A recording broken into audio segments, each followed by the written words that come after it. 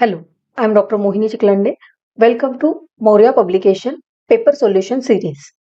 तो अभी आप सब पढ़ाई कर रहे होंगे, आपकी एग्जाम नजदीक आ रही है और आपने अभी तक बहुत कुछ पढ़ा होगा, बट फिर भी हमारे दिमाग में एक सवाल हमेशा रहता है कि एग्जैक्टली हमें क्वेश्चन पेपर कैसे सॉल्व करना है, या फिर ऐसे क्या ट्रिक्स है कि जिसके कारण हमें एग्जाम में मैक्सिमम मार्क्स मिले।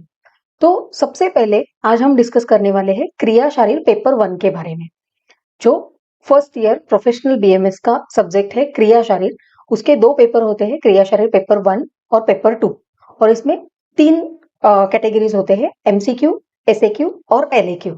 एमसीक्यू जो है वो आपको 20 मार्क्स के लिए पूछे जाते हैं, 20 एमसीक्यू रहते हैं और हर एक एमसीक्यू के लिए 1 मार्क होता है, तो ऐसे 20 मार्क्स के एमसीक्यू होते हैं। एसएक्यू जो है वो आपको 8 या 8 एसएक्यू होते हैं और हर एक एसएक्यू को 5 मार्क दिया जाता है, तो ऐसे होते हैं 40 मार्क्स के एसएक्यू, मतलब शॉर्ट आंसर क्वेश्चन। और एलएक्यू जो है वो है आपके 4 एलएक्यू होते हैं और हर एक एलएक्यू को आपको 10 मार्क्स मिलते हैं और वो 40 मार्क्स होते हैं। यानी कि टोटल क्रिया शारीर पेपर 1 जो सब्जेक्ट है वो आपको 100 मार्क्स के लिए एग्जाम में होता है। तो ये जो डिस्ट्रीब्यूशन है, इसमें एमसीक्यू जो है वो तो 1 to 1, मतलब जो करेक्ट आंसर है वही आपको देना पड़ेगा, तो वो 20 मार्क्स तो आपको आपके स्टडीज पे, आपके फोकस पे डिपेंड करता है। बट एसएक्यू और एलएक्यू जो है वो आप किस प्रकार से आंसर करते हैं, किस प्रकार से आप आंसर शीट में उसको पॉइंट वाइज मेंशन करते हैं, उस पर डिपेंड करता है कि आपको पर्टिकुलर एसएक्यू में आउट ऑफ 5 कितने मार्क्स मिल सकते हैं। तो आउट तो कोई एग्जामिनर आपको देगा नहीं कि 5 आउट ऑफ 5, ऐसे बहुत रेयर कंडीशन में होता है। बट आपको एटलीस्ट 4 या 4.5 मार्क्स कैसे मिल सकते हैं, इसके लिए आज हम डिस्कस करने वाले हैं। तो सबसे पहले एसएक्यू हम डिस्कस करते हैं, शॉर्ट आंसर क्वेश्चन। तो यहाँ पे पहला सवाल क्या पूछा गया है, दोषों का ऋतु, काल, रस एवं गुण के साथ संबंध लिखें। मतलब सिंपल क्वेश्चन है। जो त्रिदोष है, वात, पित्त और कफ दोष, तो इनका ऋतु के साथ क्या संबंध है, काल के साथ क्या संबंध है, रस के साथ क्या संबंध है और गुण के साथ क्या संबंध है। तो ऐसे 4 फैक्टर्स आपको यहाँ पे पूछे गए, ऋतु, काल, रस और गुण, और 5वां फैक्टर है दोष। तो आपको बेसिक इतना पता होना चाहिए कि दोष 3 है, वात, पित्त, कफ, और उनका संबंध इन 4 फैक्टर्स के साथ हमें मेंशन करना है।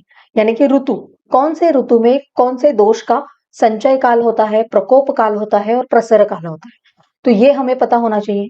काल यानी कि बाल्यावस्था में कौन सा दोष ज्यादा होता है, जैसे कि बाल्यावस्था में कफ दोष का आधिक्य होता है, तरुण अवस्था में पित्त दोष का आधिक्य होता है, और वृद्ध अवस्था जो है उसमें वात दोष का आधिक्य होता है। तो ये जो संबंध है, ये जो रिलेशन है, ये आपको मेंशन करना है। या फिर रस के साथ, कौन से रस से कौन से दोषों की वृद्धि होती है, कौन से रस के कारण दोषों का क्षय होता है, ये आपको संबंध पता होना चाहिए।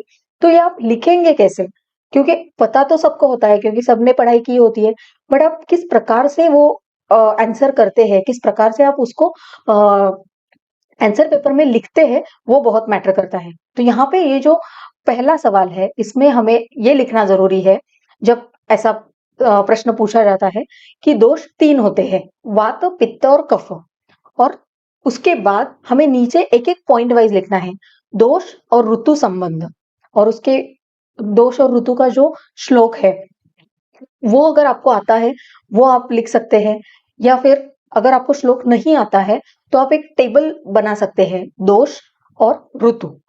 तो यह और ऋतु के जो 3 फैक्टर्स है, संचय, प्रकोप, प्रसर, यानी कि कौन से इसमें दोषों का प्रकोप होता है, कौन से इसमें प्रसव अवस्था होती है, ये हमें लिखना है। जैसे कि मान लो अभी वात दोष का अगर हम लेते हैं, तो ग्रीष्म ऋतु में वात दोष का चय अवस्था होती है, वर्षा ऋतु में वात दोष का प्रकोप अवस्था होती है, और ग्रीष्म वर्षा शरद ऋतु में वात दोष का प्रशम अवस्था होती है। तो ये जो है, ये आपको एक प्रॉपर टेबल ड्रॉ करके अगर आप लिख सकते हैं तो उसमें आपको ज्यादा से ज्यादा मार्क्स मिलने के चांसेस होते हैं। तो इस प्रकार से आपको डिटेल में लिखना है, बट फिर भी आपको टाइम भी बचाना है। ऐसा नहीं है कि आप लेंदी एक ऐसे फॉर्मेट में लिखते गए तो उसमें ज्यादा मार्क्स नहीं मिलते हैं। जब आप अपना प्रेजेंटेशन अच्छा रखते हैं, एक प्रॉपर फ्लो चार्ट बनाते हैं या फिर टेबल्स बनाते हैं, तो उसमें एग्जामिनर को भी समझ में आता है कि ये जो पर्टिकुलर स्टूडेंट है, इसकी जो ये संकल्पना है ये क्लियर हो गई है, इसको पता है कि एग्जैक्टली क्या लिखना है। तो इस प्रकार से ये जो सवाल है इसमें हमें लिखना है कि दोष 3 होते हैं, वात दोष, पित्त दोष और कफ दोष। और नीचे आपको लिखना है कि दोष और ऋतु संबंध, और टेबल ड्रॉ करके आपको जो भी लिखना है वो लिख सकते हैं। अगर श्लोक आता है तो वेल एंड गुड, नहीं आता है तो भी आप सिर्फ टेबल ड्रॉ करके जो संबंध है वो लिख सकते हैं। उसके बाद हमें लिखना है दोष और काल संबंध। तो वहां पे हमें लिखना है वयो अहोरात्रि भुक्ता नाम ते मध्य अंतादिका क्रमात्। तो ये अगर आपको श्लोक पता है तो ये आप लिख सकते हैं, या फिर सिंपल कि बाल्यावस्था कफ दोषाधिक्य, तरुण अवस्था पित्त दोषाधिक्य और वृद्धावस्था वात दोषाधिक्य, ऐसा आप टेबल बना सकते हैं। उसके बाद आपको तीसरा लिखना है दोष और रस संबंध। तो यहाँ पे हमें लिखना है कि दोष, फिर श्लोक आता है तो आप लिख सकते हैं तत्राद्या मारुतम घ्नन्ति त्रयस्तिक्तादयः कफम। अगर आपको श्लोक नहीं आता है तो आप टेबल ड्रॉ कर सकते हैं कि दोष, फिर वृद्धि कर रस और शमन कर रस, या फिर क्षय करने वाले रस। तो यहाँ पे वात पित्त कफ ऐसे दोषों के नीचे लिखेंगे। वृद्धि करने वाले, वात दोष को वृद्धि करने वाले रस कौन से है षड रस में से, तो मधुर आम्ल लवण, ये जो है ये वात का शमन करते हैं तो शमन के कैटेगरी में जाएगा। कटु तिक्त कषाय ये वात दोष को बढ़ाते हैं, वृद्धि करते हैं, तो ये हमें लिखना है। तो इस प्रकार से अगर आप प्रॉपर फॉर्मेट में लिखते हैं तो आपको मैक्सिमम मार्क्स, तो यहाँ पे ऐसे अगर आप टेबल ड्रॉ करके लिखते हैं तो आपको एटलीस्ट 4 मार्क्स तो डेफिनेटली मिलेंगे। अगर श्लोक लिख के फिर आप टेबल्स ड्रॉ करते हैं तो 4.5 तो आपको मिलने ही मिलने हैं। तो इस प्रकार से आप प्रेजेंट कैसे करते हैं कोई भी आंसर, ये बहुत ज्यादा इंपॉर्टेंट है। दूसरा सवाल है पित्त प्रकार सविस्तर वर्णन करें। हमें पता है पित्त के 5 प्रकार है, तो ये हमें कैसे लिखने हैं, एक ऐसे फॉर्मेट में बिल्कुल नहीं लिखना है। सबसे पहले पित्त ये त्रिदोष में से एक दोष बताया है, पित्त के 5 प्रकार हैं, तो वो हमें एक एक प्रकार जो है वो हमें मेंशन करना है कि पित्त के 5 प्रकार कौन कौन से हैं, पाचक, रंजक, आलोचक, साधक, और जो 5वां प्रकार है वो सब लिख के हमें प्रॉपर उनके अगर श्लोक आपको याद आते हैं, लिखना अगर पॉसिबल है तो वो लिख सकते हैं। और हर एक प्रकार जो है उसका आपको एक्सप्लेनेशन देना है। जैसे कि आलोचक पित्त जो है उसमें फिर भेल संहिता में 2 सब टाइप्स बताए हैं, चक्षु वैशेषिक और बुद्धि वैशेषिक। तो ये जो ऐसे छोटे छोटे पॉइंट्स होते हैं कि रेफरेंस वाइज आलोचक पित्त अकॉर्डिंग टू भेल संहिता 2 टाइप्स है, तो उनमें क्या डिफरेंस है, ये सब अगर आप लिखते हैं तो आपको मैक्सिमम मार्क्स मिल सकते हैं। तीसरा सवाल है कफ दोष का स्थान और गुण वर्णन करना है।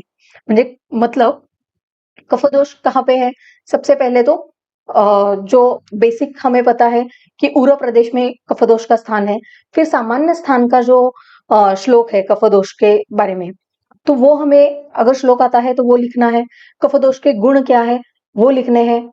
ये सब चीजें आप किस प्रकार से प्रेजेंट करते हैं पॉइंट वाइज कि कफ दोष का स्थान, फिर उसके नीचे आपको श्लोक याद आता है तो आप लिख सकते हैं और नीचे एक्सप्लेनेशन दे सकते हैं कि ये कफ दोष के सामान्य स्थान बताए हैं।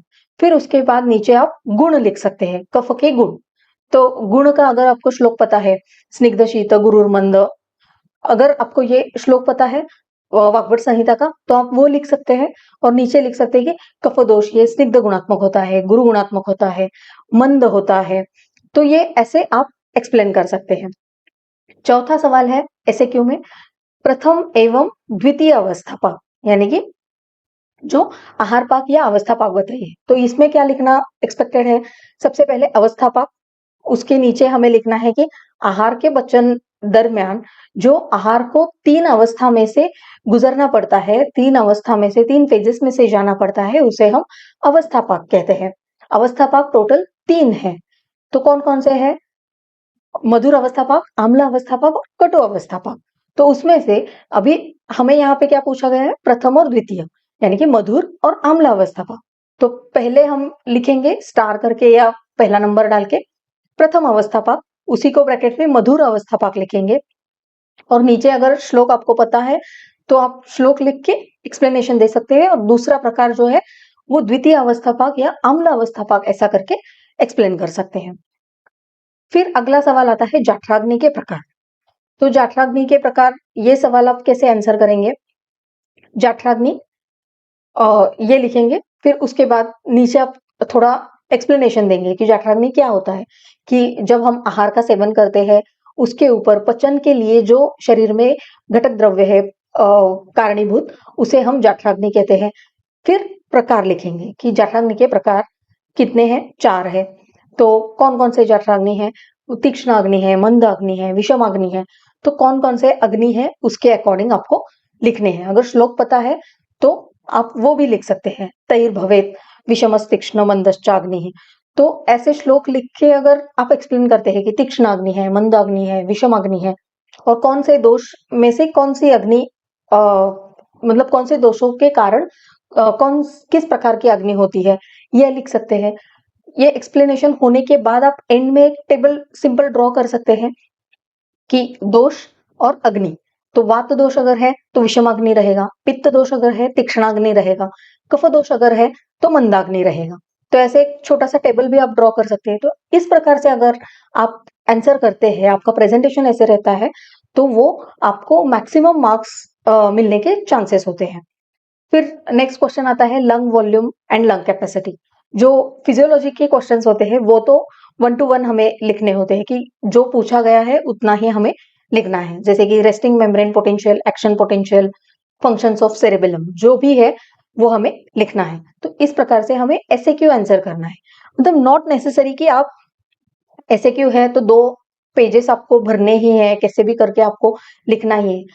Quantity doesn't matter, quality matters.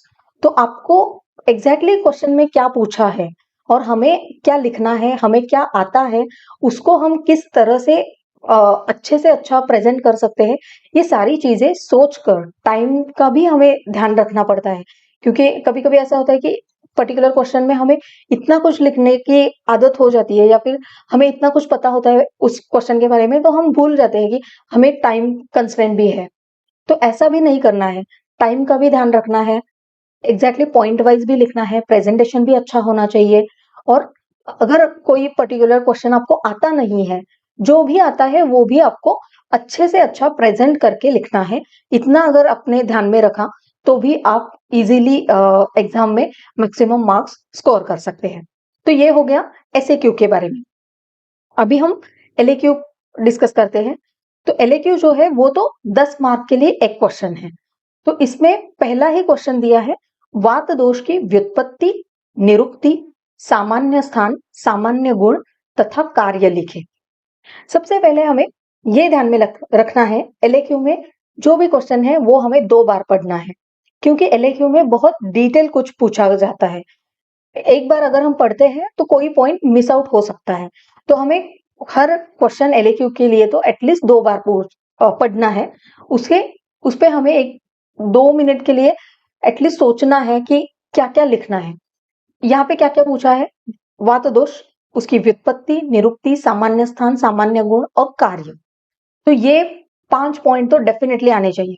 इसके अलावा अगर आपको कुछ एक्स्ट्रा पॉइंट आता है तो आप लिख सकते हैं, बट ये 5 पॉइंट आपको लिख के उसको हमें हाईलाइट करना है। हाईलाइट यानी कि क्या, कि पॉइंट वाइज। पहला व्युत्पत्ति, सबसे पहले हम लिखेंगे वात दोष, उसके नीचे हम लिखेंगे कि ये त्रिदोषों में से एक दोष है।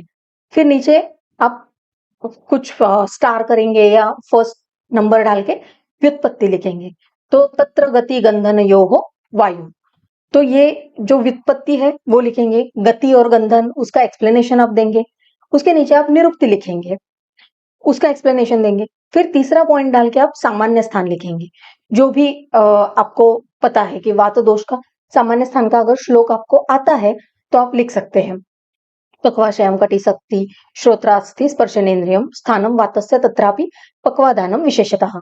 अगर ये श्लोक आपको बाय हार्ट है, आप लिख सकते हैं, तो आप ये श्लोक लिख के उसके बाद उसका अगर एक्सप्लेनेशन देते हैं कि ये जो स्थान बताए हैं ये वात दोष के सामान्य स्थान बताए हैं, तो ऐसा आप एक्सप्लेनेशन दे सकते हैं।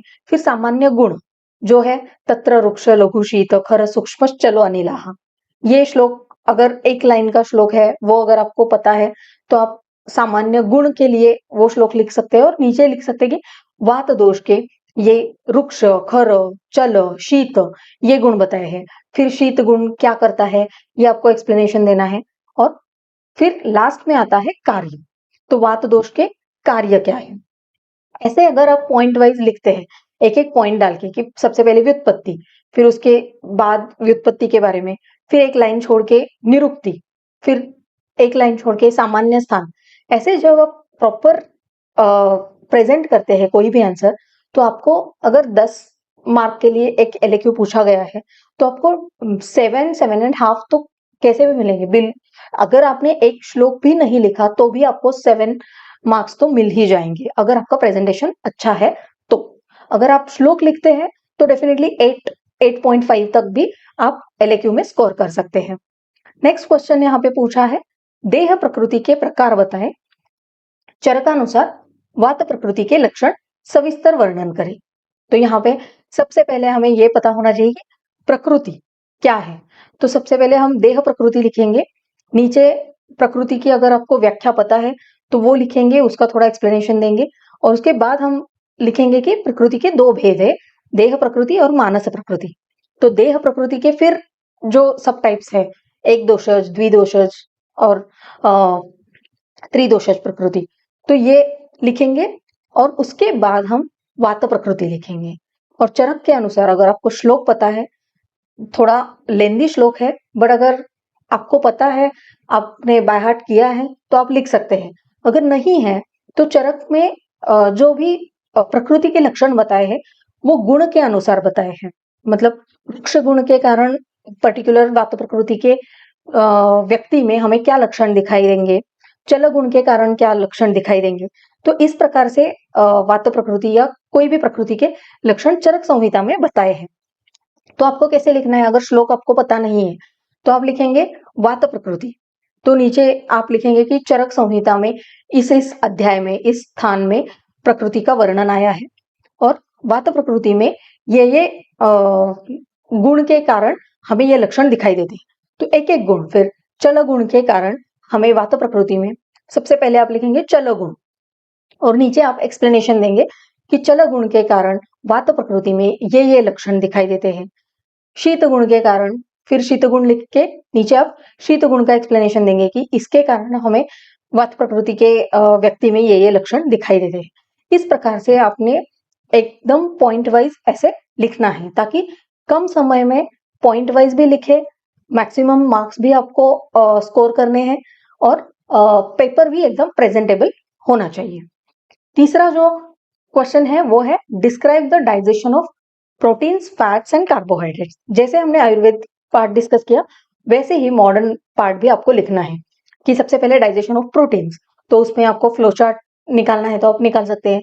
उसके बाद डाइजेशन ऑफ फैट्स, और जब भी आप एक पॉइंट चेंज करते हैं तो एक लाइन वहां पे एम्प्टी रहना जरूरी है, क्योंकि एग्जामिनर को भी पता होना चाहिए कि ये पॉइंट यहाँ पे खत्म हुआ है और आगे दूसरा पॉइंट जो है सब पॉइंट वो शुरू हो गया है। अगर आप एक साथ सब लिखते हैं तो वो दिखने में भी मेसी लगता है और एग्जामिनर को भी वो थोड़ा टीडियस जॉब लगता है कि एग्जैक्टली कहाँ पे पर्टिकुलर पॉइंट खत्म हुआ है, नेक्स्ट पॉइंट कहाँ शुरू हुआ है, ये सारी चीजें बहुत ज्यादा मेसी दिखती है।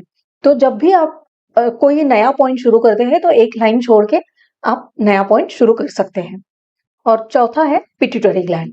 तो पिट्यूटरी ग्लैंड के बारे में लोकेशन क्या है, उसके फंक्शंस क्या है, फिर अगर पॉसिबल है तो आप डायग्राम भी निकाल सकते हैं। तो इस प्रकार से आपको एलएक्यू आंसर करने हैं।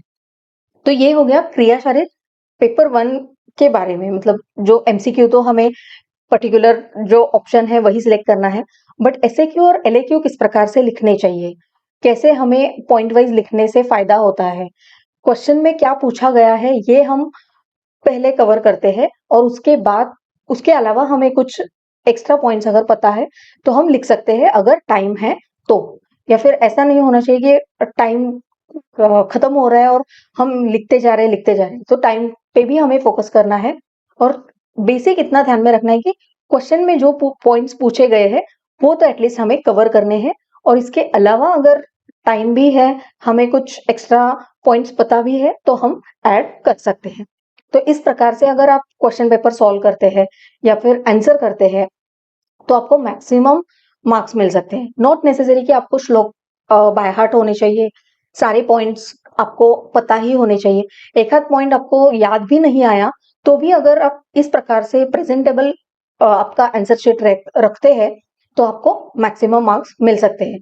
मैक्सिमम क्या हो जाएगा कि ये जो वात दोष की व्युत्पत्ति, निरुक्ति, सामान्य स्थान, सामान्य गुण और कार्य बताए हैं, तो उसमें से अगर आपको सामान्य गुण का श्लोक या फिर वो पॉइंट आपको ध्यान में ही नहीं आया, कुछ भी करके लास्ट मोमेंट तक आपको वो गुण समझ में ही नहीं आए, तो इट्स ओके। बट बाकी के जो 4 पॉइंट्स है, व्युत्पत्ति, निरुक्ति, सामान्य स्थान, कार्य, ये अगर आप प्रॉपरली लिखते हैं, ये अगर आप अच्छे से प्रेजेंट करते हैं, तो आपको जो मार्क्स मिलने हैं वो मिलने ही हैं। बट अगर आपका प्रेजेंटेशन ही थोड़ा मेसी है, तो फिर एक आध पॉइंट अगर छूटता है, तो वहां पे आधा 1 मार्क और ज्यादा कम होने के चांसेस होते हैं।